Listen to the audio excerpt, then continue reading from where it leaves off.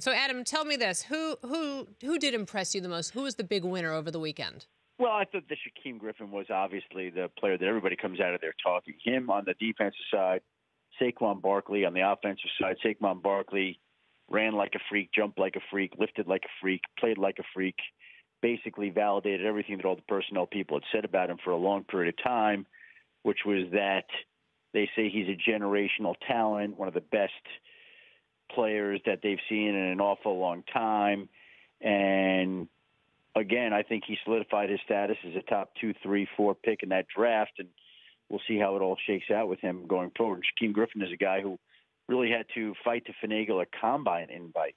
Finally got one after the initial invites went out, went to Indianapolis and lifted the way he did, ran the way he did, and when you put on the film of the guy, he makes plays anyway. So I think right now it's a case where he looks like he is going to be a nice player for somebody. So, question: we saw Pete Carroll react to him running the 40 and doing all of his weightlifting, and the question is, where will he fit though? Like, who do you think will actually take the risk, or actually maybe make the great decision and take him? Well, as will be the case with any player, Susie, it'll be a question of where value intersects with needs in a certain round. And I'm sure there are teams that liked him anyway in the late rounds, which he now has pushed himself up higher than that. Mm-hmm. So we'll get into, I don't know, the third round, the fourth round, right, whatever it may be. And somebody will like him enough and have a high enough grade on him that at that point in time, somebody's going to pick him. And I don't know whether he's going to play will linebacker or safety or corner, or I don't know what he's going to do. Probably a lot of different things. But there'll be somebody that likes him enough that's going to take him at a fairly high position, I believe. It would be fun to see him reunited with his twin brother up in Seattle. What about the quarterbacks? Awesome. Who did you like coming out of this weekend?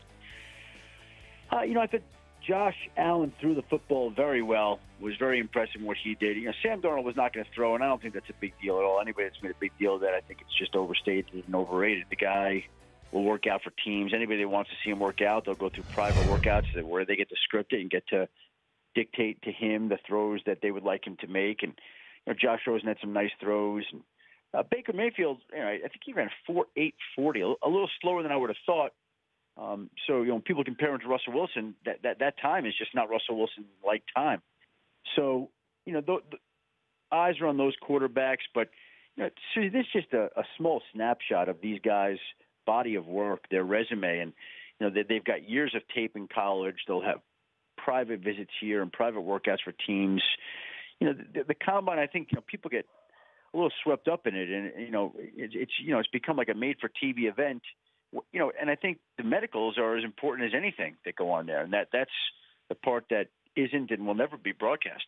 The Rich Eisen Show, weekdays at noon Eastern on Audience.